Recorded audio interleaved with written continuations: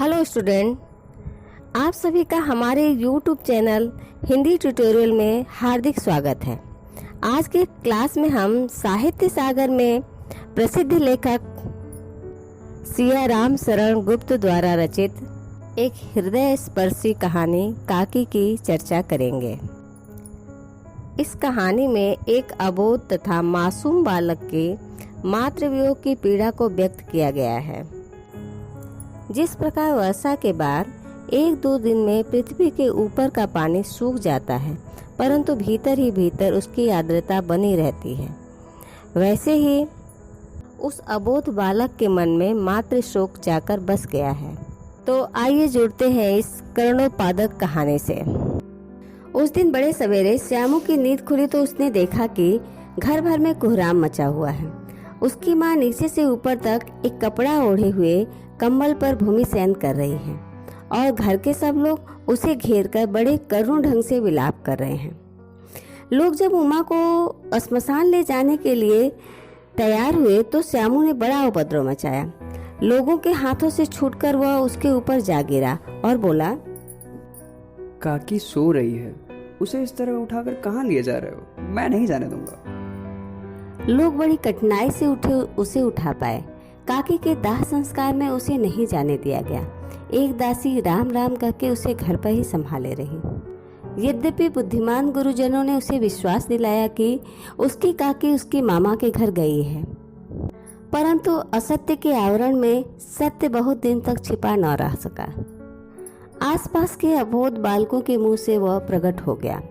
यह बात उससे छिपी न रह सकी कि काकी कहीं नहीं गई, ऊपर राम के यहाँ गई हैं। काकी के लिए कई दिन तक लगातार रोते रोते उसका रुदन तो क्रमशः शांत हो गया, परंतु शोक शांत न हो सका। वर्षा के अनंतर 1-2 दिन में ही पृथ्वी के ऊपर का पानी तो अगोचर हो जाता है, परंतु भीतर ही भीतर उसकी आर्द्रता जैसे बहुत दिनों तक बनी रहती है, वैसे ही उसके अंतस्थल में शोक जाकर बस गया। वह प्रायः अकेला बैठा बैठा शून्य मन से आकाश की ओर ताका करता था। एक दिन उसने आसमान में पतंग उड़ती देखी। न जाने क्या सोचकर उसका हृदय एकदम खिल उठा। विश्वेश्वर के पास जाकर बोला, काका, मुझे एक पतंग मंगा दो। पत्नी की मृत्यु के बाद विश्वेश्वर अन्य मनस्क रहा करते थे। अच्छा, मंगा दूंगा। ऐसा कहकर वह उदास भाव से कहीं और चले गए। श्यामू पतंग के लिए बहुत ही उत्कंठित था। वह अपनी इच्छा किसी तरह रोक न सका। एक जगह खूंटी पर विश्वेश्वर का कोट टंगा हुआ था। इधर उधर देखकर उसने एक स्टूल सरका रखा और ऊपर चढ़कर कोट की जेब टटोली। उसमें से एक चवन्नी का आविष्कार करके वह तुरंत वहां से भाग गया। सुखिया दासी का लड़का भोला श्यामू का समवयस्क साथी था। श्यामू ने उसे चवन्नी देकर कहा, अपनी जीजी से कहकर गुपचुप एक पतंग की डोर मंगा दो। देखो खूब अकेले जाना, कोई जान न पाए। पतंग आई। एक अंधेरे घर में उसमें डोर बांधी जाने लगी। श्यामू ने धीरे से कहा, भोला, किसी से न कहो तो एक बात कहूँ। भोला ने सिर हिलाकर कहा, नहीं, किसी से नहीं कहूँगा। श्यामू ने सिर हिलाकर कहा, मैं यह पतंग ऊपर राम के यहाँ भेजूंगा। इसे पकड़कर काकी नीचे उतरेंगी। मैं लिखना नहीं जानता, नहीं तो इस पर उनका नाम लिख देता।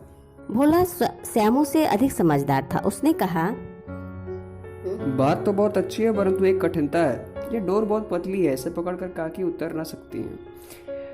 इसके टूट जाने का डर है। पतंग में मोटी रस्सी हो तो सब ठीक हो जाएगा। श्यामू गंभीर हो गया। मतलब यह कि बात लाख रुपए की सुझाई गई है, परंतु कठिनता यह थी कि मोटी रस्सी कैसे मंगाई जाए। पास में दाम नहीं है और घर के जो आदमी उसकी काकी को बिना दया माया के जला आए, वे उसे इस काम के लिए कुछ नहीं देंगे।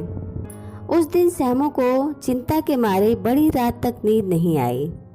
पहले दिन की तरकीब से उसने दूसरे दिन विश्वेश्वर की कोट से 1 रुपया निकाला, ले जाकर भोला कर दिया और बोला, देख भोला, किसी को मालूम ना होने पाए। अच्छी अच्छी 2 रस्सियां मंगा दे। एक रस्सी ऊंची पड़ेगी। जवाहर भैया से मैं इस कागज पर काकी का नाम लिखवा दूंगा।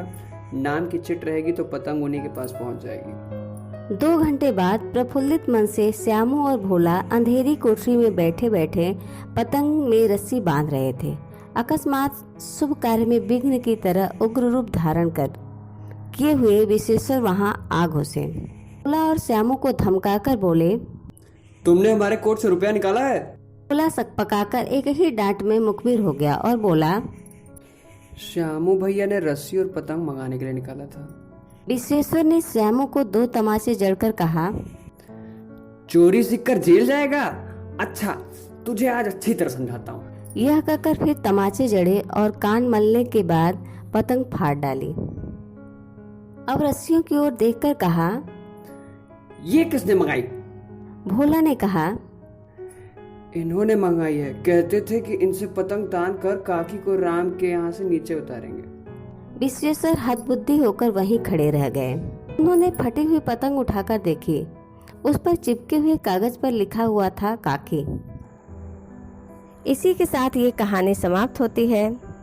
इस कहानी में कहानीकार ने यह चित्रित किया है कि बालकों का हृदय अत्यंत कोमल, भावुक तथा संवेदनशील होता है।